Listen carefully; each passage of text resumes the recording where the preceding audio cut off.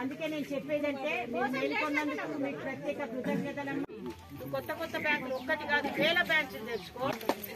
యావత్ భారతదేశంలో సహారా ఇండియాకు వ్యతిరేకంగా మొత్తం భారతదేశం అంతా అటు కాశ్మీర్ నుండి కన్యాకుమారి వరకు ఉద్యమిస్తున్నది. ఎందుకంటే సహారా ఇండియా గత 50 సంవత్సరాలుగా అర్ధ శతాబ్ద కాలంగా సహారా ఇండియా భారతదేశంలో మార్కెట్ రంగంలో ఉంటూ ఇంతింతై వటుడింతై రాగా దేశభక్తి మొసుగులో మోసం చేస్తూ ప్రజలకు కుచ్చుటోపి పెట్టడం జరిగింది. ప్రజలను నట్టేట ముంచేసింది.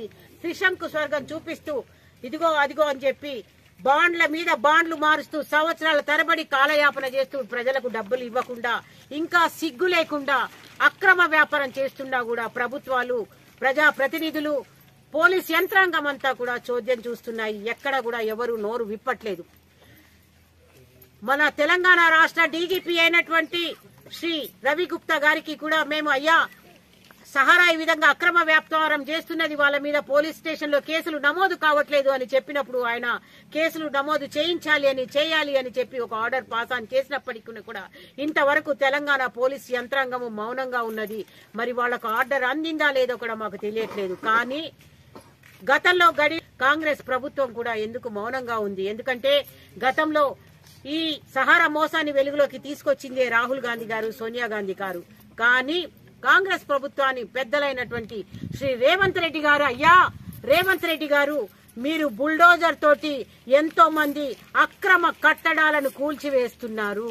కానీ ఈ పేద ప్రజల డబ్బులు తీసుకొని అక్రమంగా తమ భవనాలను, తమ జీవితాలను నిర్మించుకున్నట్టు వాడి మీద మీరు బుల్డోజర్ ఎందుకు ప్రయోగించట్లేదు అని నేను రేవంత్ రెడ్డి గారిని ప్రశ్నిస్తున్నాను.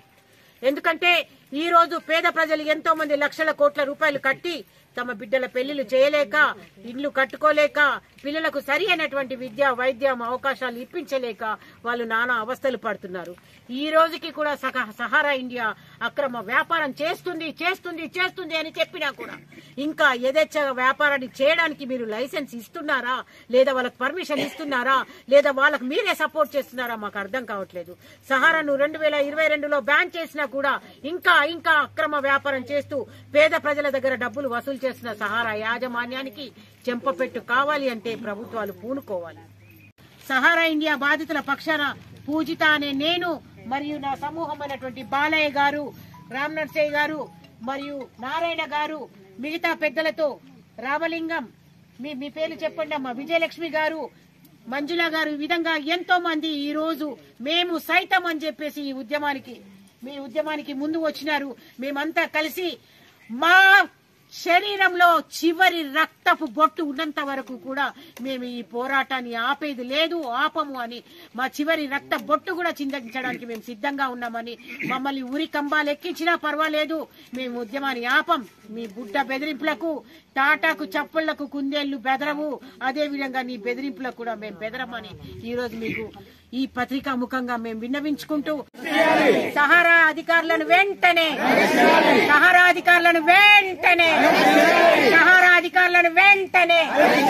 సహారా